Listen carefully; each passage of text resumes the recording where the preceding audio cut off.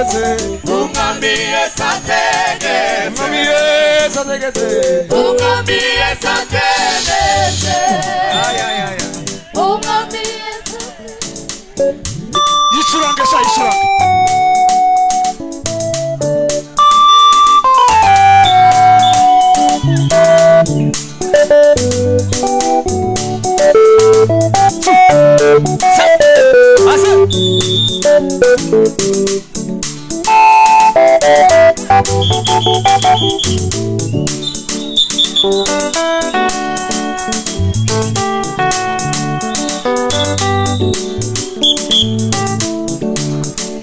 Yesu we, oh Yesu nanga yaya. Yesu we, oh Yesu we, nanga yaya. Yesu we, Yesu we,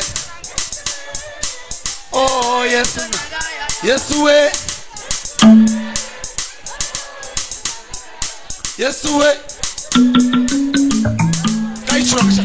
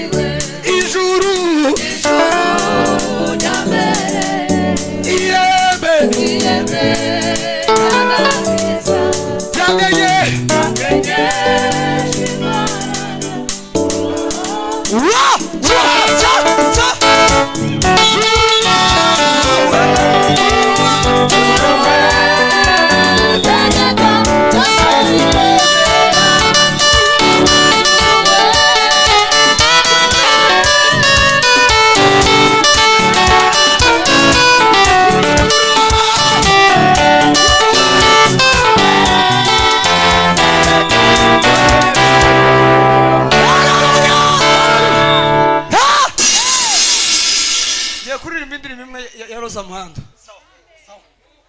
Niturangiza umuyobozi wa gahunda tumuheze. Nije yo gukora aho tushiremo umukunga Sawa. nije yo guhagarika ningukoraho gutya bamukupa Ndakoreka. arero Usure nkaho gutya. Ayi wowe.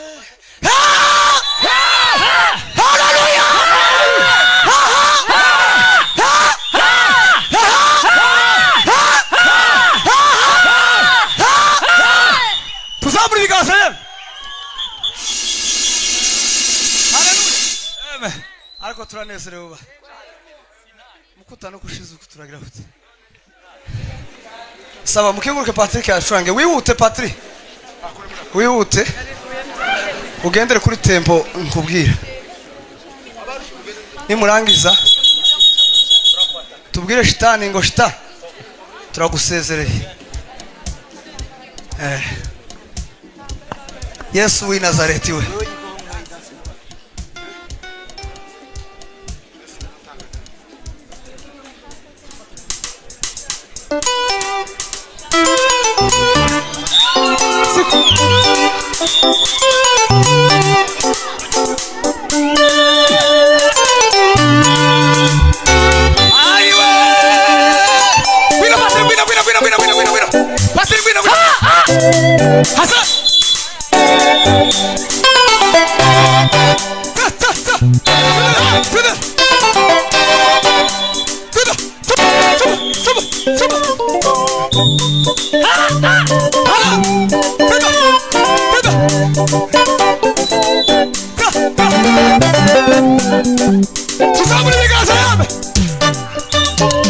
Chameni mateso haya mpaka Baba ukiwa huu mpaka nyumbani kwetu wenyewe tumekuwa watu kumbe nchi yetu tumekuwa maomba haki zetu za muziki nazo tumenyang'anywa tunaishi kwa mashaka kama watoto wa kambo sasa tunasema tumeshatambua vita tutapigana tujue haki zetu henda usipende lazima uachie tunachoka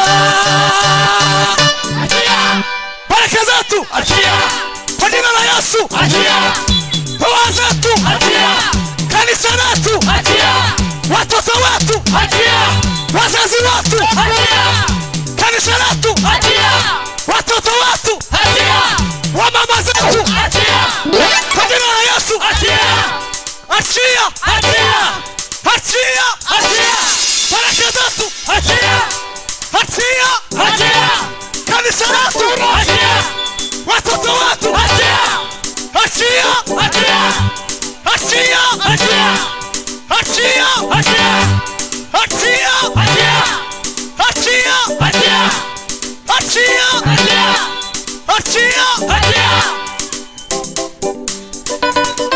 tuzamu bigaza yangu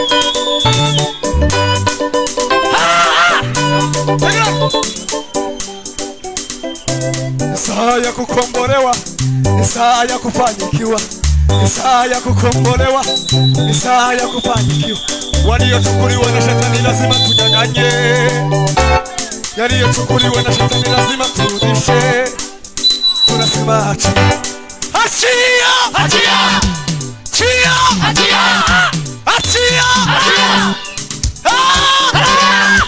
nakura achia nakura achia nakura achia nakura achia achia achia tuzamuri bigaza ye haleluya haleluya tusura gukupa Patrick mwigire bushe mwigire tusura gukupa sibyo bwira shitani ngure kuri ibintu zawe yafashe ibire kure ni saa ya kukombolewa niho twari tugeze Patrick sinzi ukuntu yara twage Patrick twage mana we turagukunda nukuri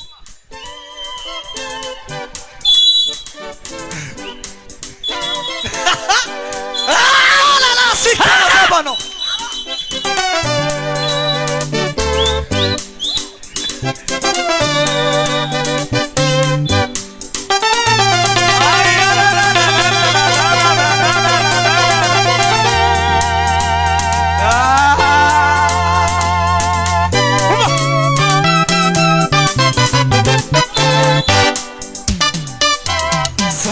kukombolewa, ni saa ya kufanikiwa, ni saa ya kukombolewa, ni saa ya kufanikiwa, ni saa ya kukombolewa, ni saa ya kufanikiwa, ni saa ya kukombolewa, ni saa ya kufanikiwa, ni saa ya kukombolewa, ni saa ya kufanikiwa, ni saa ya kukombolewa, ni saa ya kufanikiwa, ni saa ya kukombolewa, ni saa ya kufanikiwa,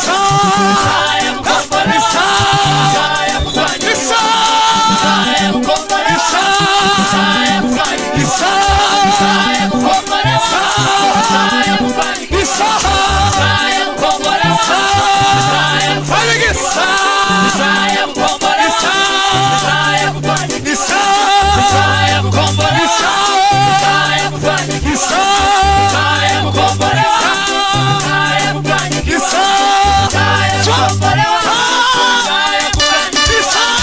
saa ya kukombolewa,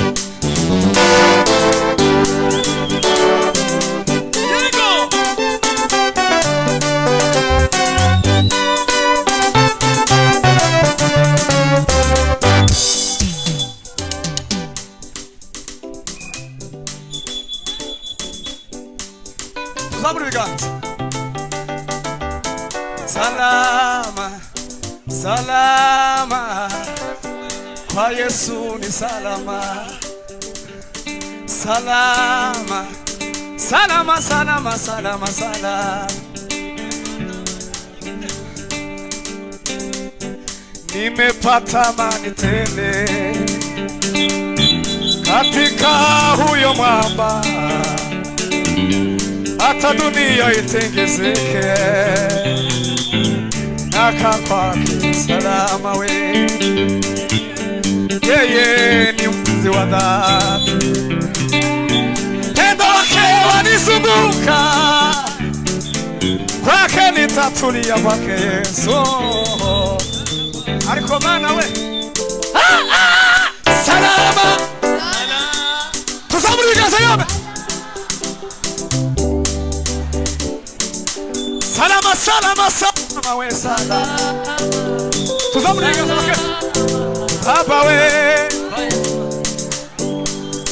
salama, salama, salama, salama, tuzamurika kwa Yesu ni salama, salama we salama, salama, salama,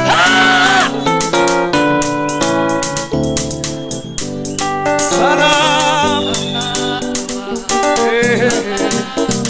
Baba we salama, salama, salama, salama, ya ya ya ya,